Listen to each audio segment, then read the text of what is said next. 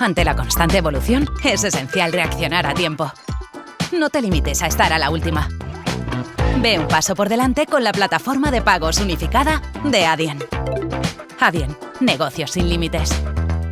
There's a future where you're in charge, where you look good and feel good and get what you want, no strings attached, where you cultivate interests, not interest, and you're free to go after the good stuff. Welcome to the future.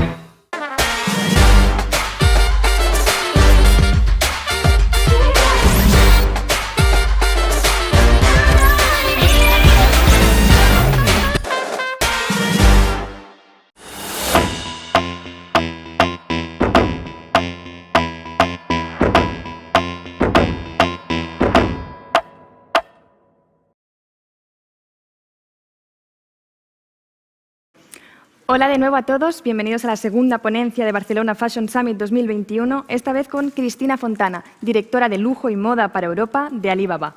La directiva, que había sido previamente directora de desarrollo de negocio del grupo en Italia, está basada en Milán y se incorporó a Alibaba en 2015, procedente de Hi-Pay, donde fue directora general para el mercado italiano.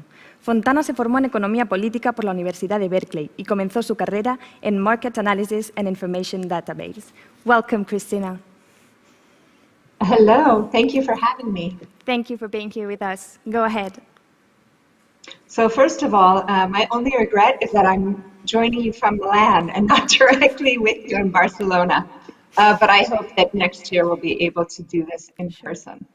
It's been a very interesting discussion so far. So a few of the information that have been shared by people are very important concepts to us. So the first one was about creating an ecosystem. This is very important to Alibaba because in times of difficulty like the one that we're going through now because of COVID, it's very important that all companies work together to help improve the situation in our industry. And the other thing from our second speaker, we heard a lot about China. So of course today that is my specialty. I will be speaking to you about China mostly as our China consumer is very important right now. But I'd like everybody to remember that the things that we're seeing today in China and that we'll talk about on Tmall in China are applicable also to other internet markets and the way that we do e-commerce throughout the world. Let me just see that I can get my clicker working. I clicked on my slides.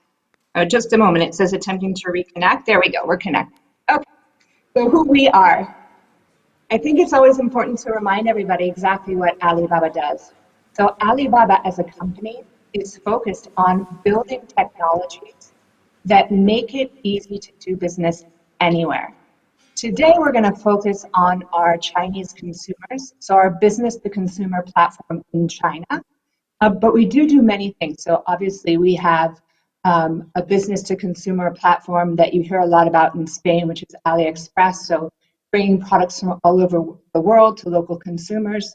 Of course, Alipay, which also is a very fundamental part of our platform because it enables the payments through all of the platforms that you see on the slide, but it also enables Chinese consumers when they are in Europe to pay easily, removing all barriers around language and currency and things like that. Of course, all of these activities are based on our own infrastructure, the Alibaba Cloud or Alimama, which are marketing platforms that allow brands to run these industries both in China and outside. Oops, I'm going to try not to click on my computer to move my slides and click on my phone, but my phone keeps locking every time I speak to you. So here we go. It needs to reconnect. Hold on. There we go. I'll try and keep my phone active so it doesn't freeze up on us. So Tmall, which is what we're going to talk about today, is of course a fully owned flagship store that allows brands to communicate directly with their consumers in China. So on Tmall, different from what we're used to seeing on e-commerce websites in Europe or in any Western society, is that the brand is 100% responsible for everything that happens on their store on Tmall. So they pick the pricing strategy, they pick the merchandising mix, they are running their loyalty program. They are communicating directly with their consumer in China. So it's very important that they learn how to speak to today's Chinese consumers. So we just heard a little bit about China becoming a consumption economy. And this really is becoming fundamental because of what's happened this year in COVID. Usually, Chinese consumers were already one of the world's largest consumers of luxury goods. This year, that consumption obviously is all taking place in mainland China. They used to purchase a lot during travel, and now that is happening in China. China's retail market, so things that people are buying in China, surpassed the US in 2020, exceeding sales of $5 trillion US. So when we ask, should my brand be going to China? China's 1.5 billion people. It is the largest consumer market in the world. So of course it is fundamental for brands that want to continue to grow that they understand how to master this market, and most importantly, how to communicate with the Chinese consumers. And when we talk about Chinese consumers, we say there are 500 million people connected on Alibaba that are purchasing constantly. But who are they? They're different consumers than the ones that we're used to seeing in the Western economies. Generally, they're much younger than our consumers. So for luxury brands, they'll be between 10 and 15% younger. But of course, with a market this big, we're going to be talking to different kinds of consumers. And as we do in Europe, I mean, I imagine that for the same brand, what I sell in Oslo and what I sell in Rome are different things. China's a huge market. We need to understand that when we're talking to Gen Z or small town consumers or wealthy class citizens, these are different consumer profiles. And it's very important for brands that want to break into China or be successful in China, or even brands that are already present but want to grow their activities in China, to understand who their target audience is and use the tools, the marketing tools that we provide in Alibaba to help reach the right consumer segment on the China market to better express the brand, the heritage, why the products that are coming out of Spain are so important and so beautiful and so interesting for the local Chinese consumer. Of course, we need to reconnect my clicker. Hold on a second. There we go.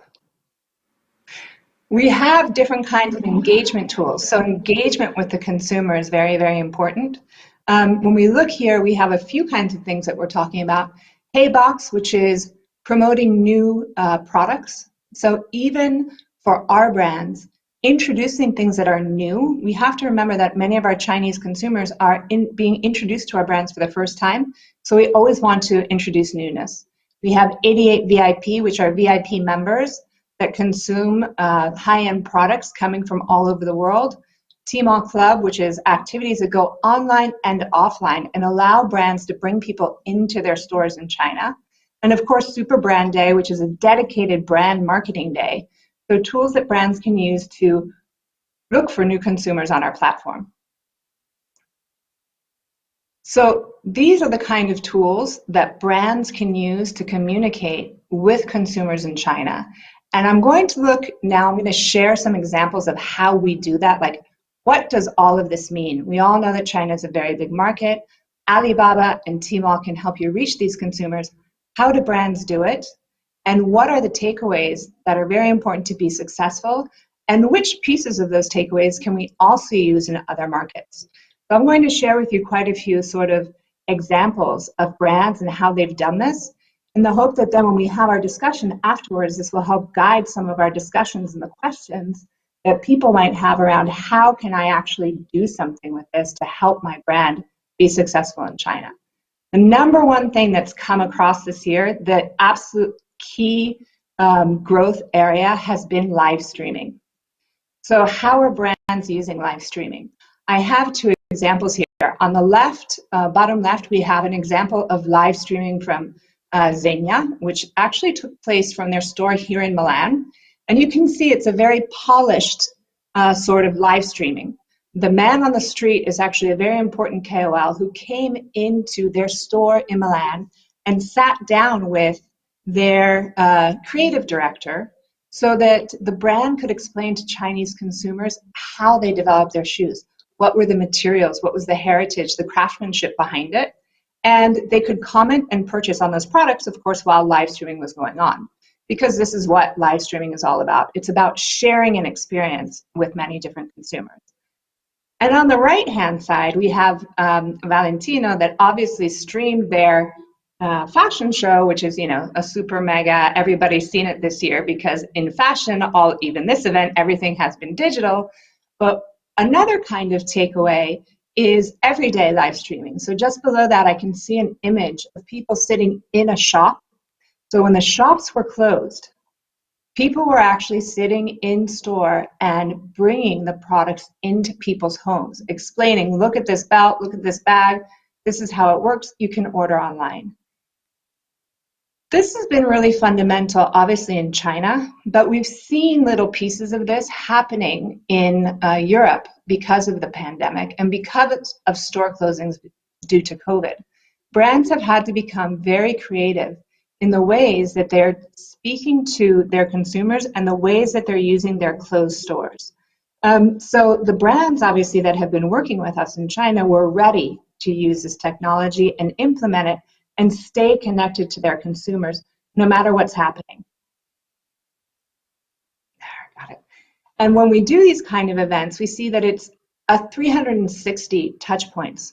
So we're using a KOL, we're using a person that really speaks to the brand when they're presenting, top line live streaming event. They're publishing it on their Weibo and social channels. So they're getting it out to as many people as possible. And very, very important, they're picking the right merchandise. So the last thing on the right, we have the store look. If I'm going to do this kind of activity, if I'm going to go into the China market, it's very important that I am picking the right merchandise and marketing this right merchandise always to the right consumer cohort on the platform. So this is one example of how brands can use live streaming to keep in touch. Another one is online to offline experience. So there's been a lot of discussion this year about how COVID will change our relationship with shopping. Alibaba has always believed strongly in new retail.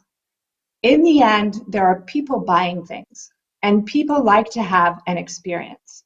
And what we need to do is understand how our consumer is feeling in the moment and bring them the best possible experience.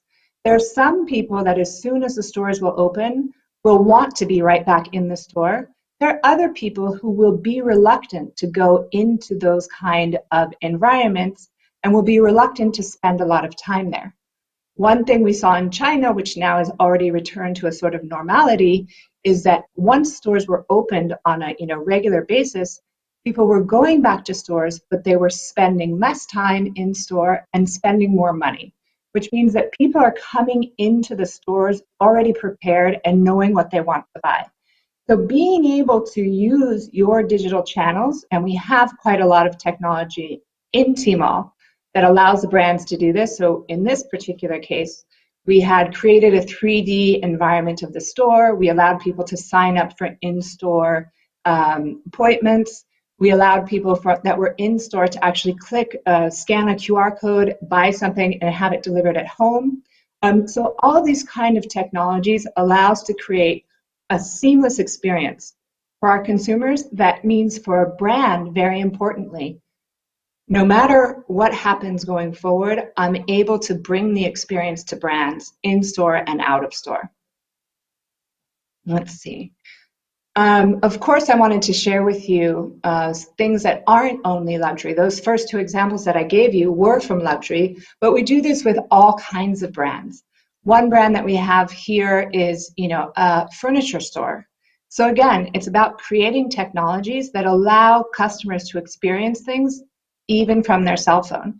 So 3D rendering of stores and allowing people to do virtual shopping in a virtual reality that allows a product to appear directly in the room that I'm sitting in. So people can see what they're looking at and see if it fits and see the spacing before they actually go into the store. The last one, because I think it's the last one, example that we have is one of a 3D game. Again, in this case, this was a brand that is already present in China, but because China is a different market, they needed to focus the attention of younger consumers in China. Their brand in Europe was perhaps a little bit mature, we'll call it, and so in order to focus and get in touch with Gen Z public in China, they created a video game. So they use a technology to create a game and allow consumers to really interact with the brand and with the brand values. So when we look at that, I think I wanted to give you an overview of some of the ways that we're building technology to allow brands to communicate with consumers. And these three takeaways that we call about succeed in China, I think that given the situation and how much technology and e-commerce has accelerated during the last year, these three takeaways are very important for any market. So number one, tell your story. We talk about e-commerce focusing on the commerce bit of what we're doing online. E-commerce, I hope that what we've seen from the examples that I've shown you, online is not anymore about selling a product, right? We're not just going online so that we can get something cheaper and faster. We're going online as consumers so that we can be entertained, so that we can get information about the product, so that we can find out about our favorite designers, so that we can understand about the wine from Spain, so we can learn about the areas that are creating the food that we want to eat. So it's really important to use this digital channel to tell your story, no matter where the person is going to end up buying. Make it real, and by make it real, it means allowing people to fuse that online experience into the real world. If they see something online, they should be able to buy it in store. We still have that situation that happens, I'm sure it's happened to all of you, after we've been at home because of COVID, looking at all of the shops. The shop finally opens, we go to the shop to buy it, and the product's not there. So really paying attention to be sure that what we do in digital, we can also make it real. And a particularly important one, and this is critical when we talk about China, is about knowing your audience.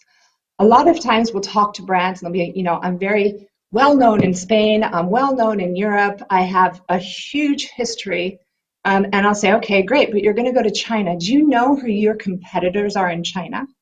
Do you know who is selling shoes in your same category, in your same segment in the China market? Because when we go to China, we need to be competing against not only the same people we compete against in Europe, but also all of the Chinese players and players from all over the world. They're brands from Australia, from the United States, that maybe aren't so strong on our local European market, but that will become our competitors when we go to a market like China. And know our audience also means understand that our consumers in China are very different than the ones in Europe. So take the time to understand which messages are going to resonate with the new consumers that we're engaging through the platform in China. And I think that's it. So we can leave those on as we get, as we take some questions, I believe, from our journalists. Let's see. The last one, there we go. Thank you very much. It's been very interesting.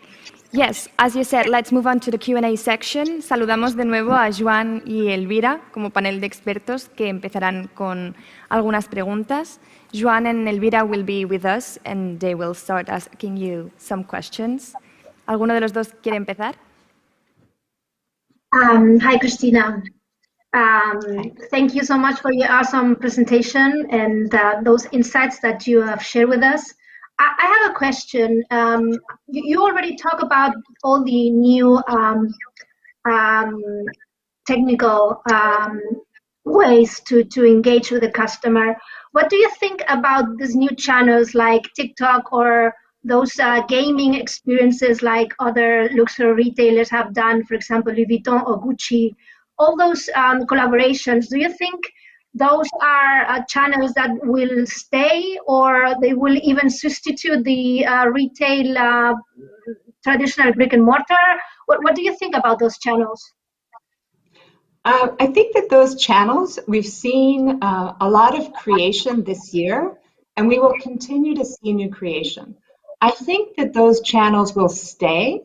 I have a teenage son. He doesn't actually watch television. He only looks at things on YouTube and TikTok and these channels. So, these consumers will continue to become bigger and they will stay on channels that they have traditionally used. And so I think that those channels will remain. I don't, however, think that these channels actually cannibalize brick and mortar. So our experience of shopping, when we think about shopping isn't always about buying something, right? It's not like I'm going to the supermarket to buy milk. I'm also going to shopping because I like to experience new things, explore and discover something new, meet up with friends. I mean, shopping is also a social aspect, right? After work or maybe on a weekend, I'll go look for a gift with somebody. I'll go with a friend. It is part of what we do, and I don't think that we will ever replace this experience of brick and mortar.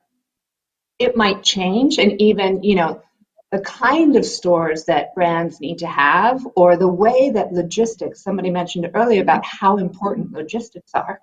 A store might become more of a window where I can go in and I can try something, I can touch it, I can feel it, I can taste it, but then maybe it will be delivered directly to my home.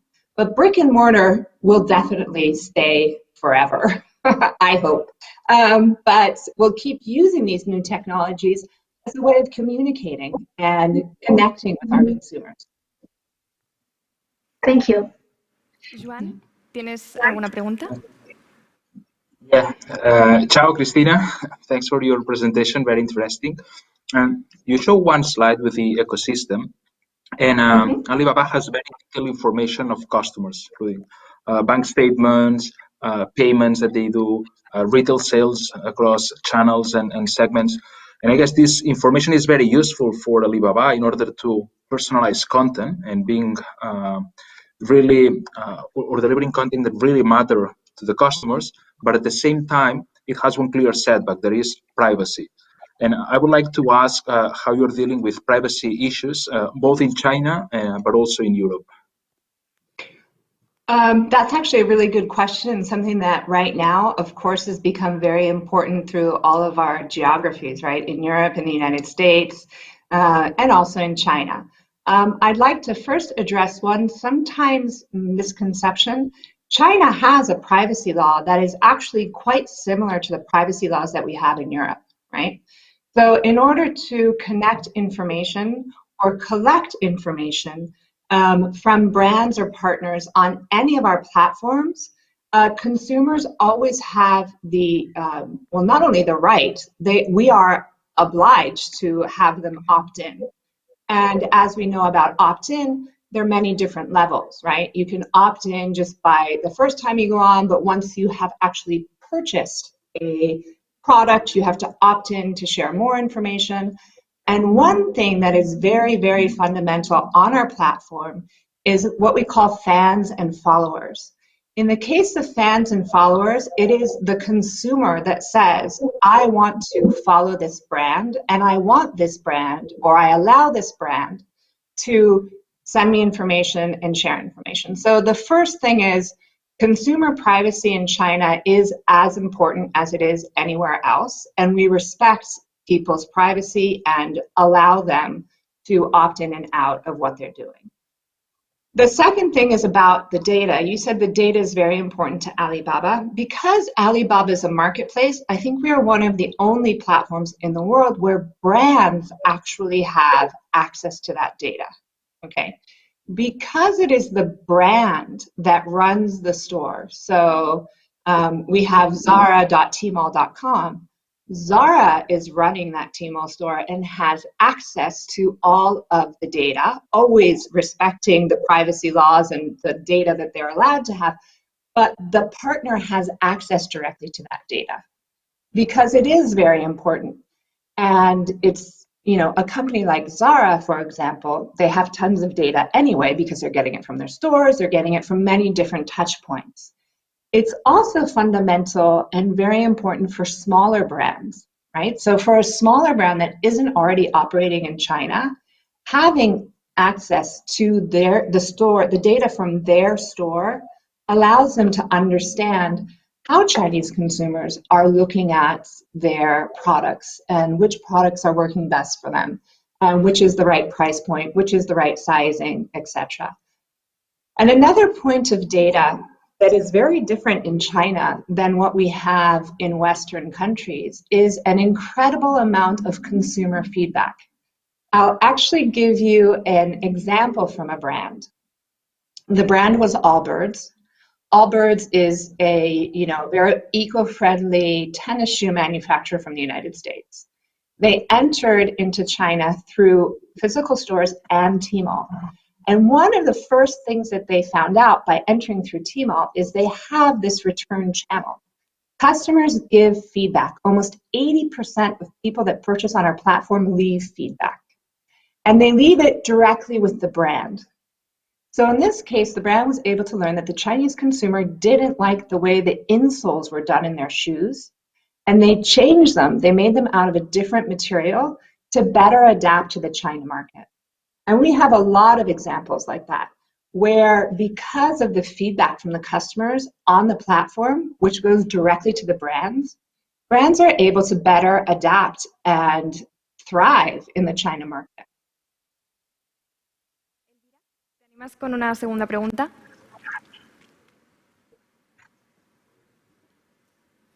Elvira? Hi. ¿Nos oyes? Sorry. Okay, we're done. Yeah, you were saying before, like one of the takeaways is the not knowing the audience. So I'm just curious to know, I mean, based on all the data that you have, as we mentioned before, and it's really a precious thing. Data is like everything nowadays. What are the Chinese consumers more sensible to? I mean, for example, from a loyalty program perspective, are they more sensible to discount or to invitation to private events or even to personalized experiences? How is a Chinese consumer from that point of view? Vera, that's a perfect question because when we talk about know your audience, I can think of any brand. I mentioned Allbirds, but we'll take, you know, a different brand. We'll take Gucci because they just opened this weekend and so everybody's talking about them. But this, just using it to have a name, the situation is the same for everybody. They have many different consumers, right? I always think if you're selling handbags, you can be selling them to a young professional in Shanghai. She is very urban, she is going to work, and she has certain touch points that are very important to her. You know, we mentioned about TikTok or other kinds of social media. This kind of consumer wants to be addressed through a certain social media channel with a certain kind of KOL, spokesperson. Her mother may as well buy this brand. She might buy a different bag or a different product, and she wants a different touch point. She doesn't want to watch a video on TikTok. She wants to see, she wants a newsletter, she wants an email, she wants an SMS. So when we talk about knowing your audience and knowing the different tools of marketing and the way the engagement works, there isn't one right answer to allow everybody to target every consumer. The interesting thing is that as we learn to know our consumers and we know, a little bit more about maybe where they live, how old they are, their socioeconomic background, we can start to know which is the right channel for me to communicate with them. So one is on my existing consumer. And another thing that's very important for brands that are entering into China is, okay, there is a certain group of people that already know about me. Maybe the young urban professionals know me quite well. The question then becomes, well, how do I reach their parents in, second-tier cities in China? What kind of communication do I need to expand my market to newer users? So about the knowing your audiences, you may even have different audiences, and how will I target the different audiences to make sure that I get my message out to the different people on the channels that they're interested in. Una última pregunta. Yeah, I like the concept that you mentioned of new retail and the integration between online and the physical world. And recently in Europe, we have seen some moves from online players such as Lujo or ASOS that they are thinking about buying brick and mortar retailers. Is this something that you are thinking about, maybe not through M&A, but through organic growth, opening stores, having more physical integration between stores and the online world? This is a little bit complicated for us because we are not actually a retailer. Remember that on our Alibaba marketplaces, Alibaba does not buy product and sell it.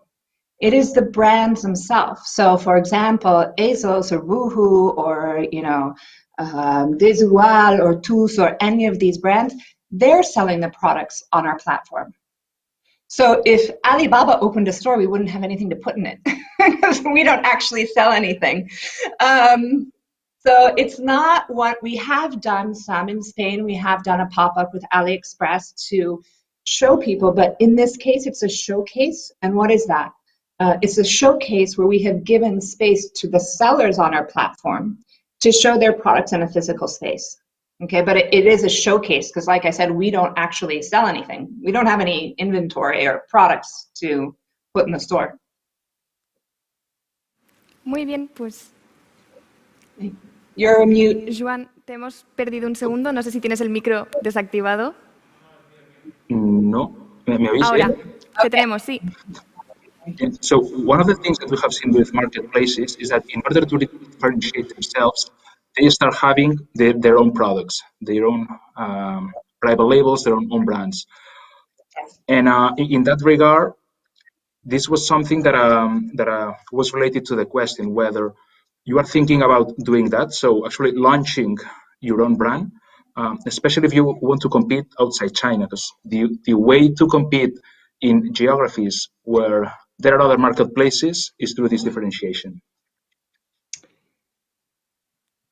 Yes, I understand that this is a strategy that many marketplaces have used. Our position on this right now is we don't compete with our sellers. We build technologies that make it easy to do business everywhere.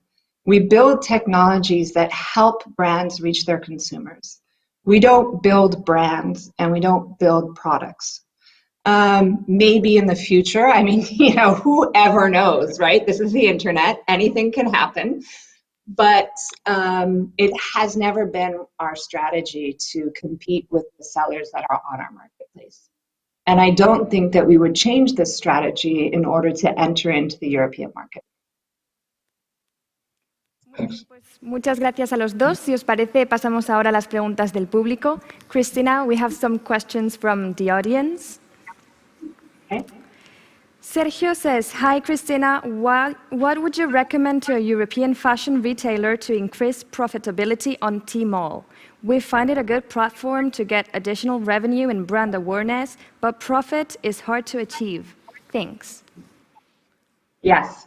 I think that one of the really interesting things when we talk about how competitive the market is, in Europe, one thing that is extremely competitive actually is the Tmall marketplace in China.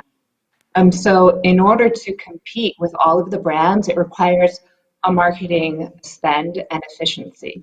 So the question from this brand in particular, I don't know if they are already present in China or if they're using our Tmall Global, which would be a cross-border activity. So there are a few things. Number one is obviously somebody mentioned this in their first discussion about logistics.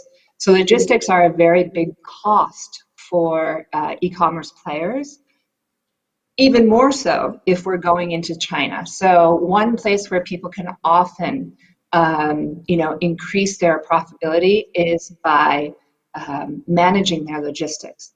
This is another reason why we believe that the online to offline market model is so important, because when I look at China, which is a huge market, if I can actually be using my stores as points of presence and logistic points to serve the entire market, I can create efficiencies about managing my merchandise, which will help me become more profitable.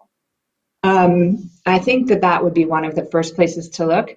But again, there are a lot of places. So they need to pay very close attention to their partners in China, listen and learn. So the other thing is we are online, so we keep reiterating. We try something and then we make it better and better and better. And our brands need to do the same. Try something and then just keep going and making it step by step better each time. Thank you, Christina. And one last question. Sylvia asks, which may be the main threats for Alibaba for the next years? I like this question because people don't believe this about Alibaba, but we are obsessed with competition, right? So everything that we're 20 years old, 21 maybe now, that's how long we've been around.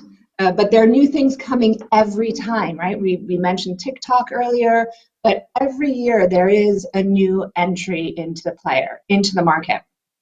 And we're happy for this competition actually because it keeps us very active and very innovative.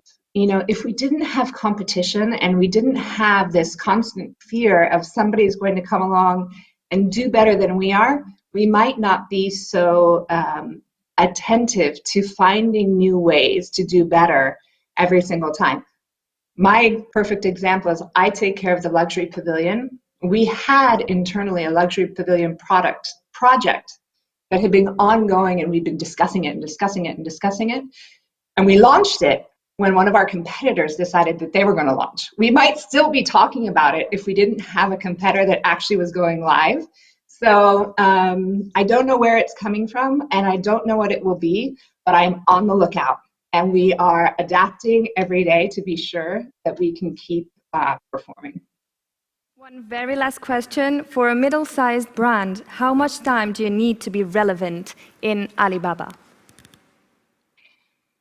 I think the question we need to always remember when we talk about being relevant on Tmall or being relevant on Alibaba, the Tmall, the marketplaces in China, I think people should remember, as important as we are and as important as your digital strategy is, retail is only, online retail is 30% of the market in China.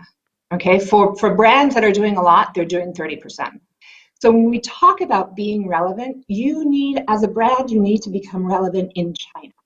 We can help you do that through digital channels, and it will take time. It's a huge market. Like we said, it's the #1 consumer market in the world. How long does it take to build relevance? Some brands can be scrappy and very quick. They can really, leverage TikTok and Instagram and the right KOL, and all of a sudden there'll be, some super rapper will wear their products and they'll shoot to, notoriety immediately. Otherwise, I think that we suggest that brands have at least a 3-year plan when they join Tmall about what they're going to do for the first 3 years, how they're going to keep building their business in the first 3 years that they're on our platform. Thank you very much, Christina. It's been very interesting. Thank you for joining us today. Thank you, and I'll see you next year in person. See you. Muchas gracias a Joan y Elvira. Nos vemos en la siguiente sesión. Hacemos una nueva pausa de unos minutos y continuamos a las 6:05 con Juan Manuel Perán de Picolinos. Os esperamos.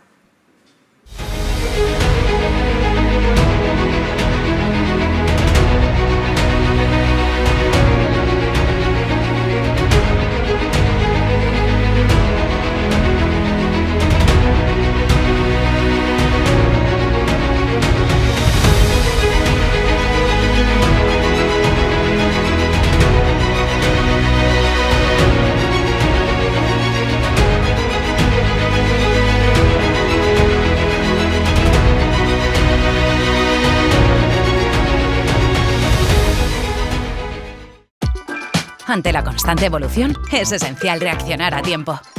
No te limites a estar a la última. Ve un paso por delante con la plataforma de pagos unificada de Adyen. Adyen, negocios sin límites. There's a future where you're in charge, where you look good and feel good and get what you want, no strings attached, where you cultivate interests, not interest, and you're free to go after the good stuff. Welcome to the future.